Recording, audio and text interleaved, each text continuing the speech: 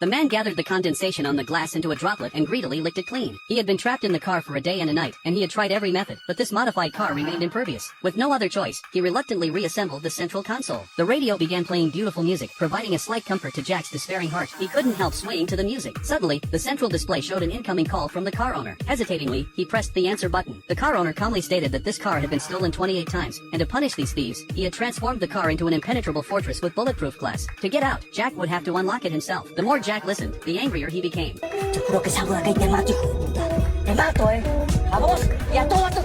As soon as the car owner finished speaking, he abruptly ended the call. Then, cold air blew through the ventilation ducts, and Jack, overcome by thirst, immediately approached the vent to experience this rare coolness. However, as the temperature continued to drop, Jack began shivering uncontrollably. He had no choice but to remove the clothing he used to bandage his wound and put it on for warmth. He then took out a newspaper and tried to block the ventilation duct, but even so, he still couldn't stop shivering from the cold. Jack covered himself with the floor mat and endured another night. Early the next morning, the phone ringing woke him up. He angrily demanded water when he answered, showing no signs of remorse. The car owner hung up the phone again. At that moment, a police car suddenly pulled up in front of the car. A police officer approached and carefully inspected the vehicle. Jack felt like he had seen a savior. He would rather go to jail than continue to be trapped in this metal box. He repeatedly pounded on the glass, trying to get the officer's attention. However, the officer only issued a citation and walked away. Not only did this car have excellent soundproofing and shock absorption, but the glass also made it impossible to see the outside from the inside. Time passed, and the phone rang again.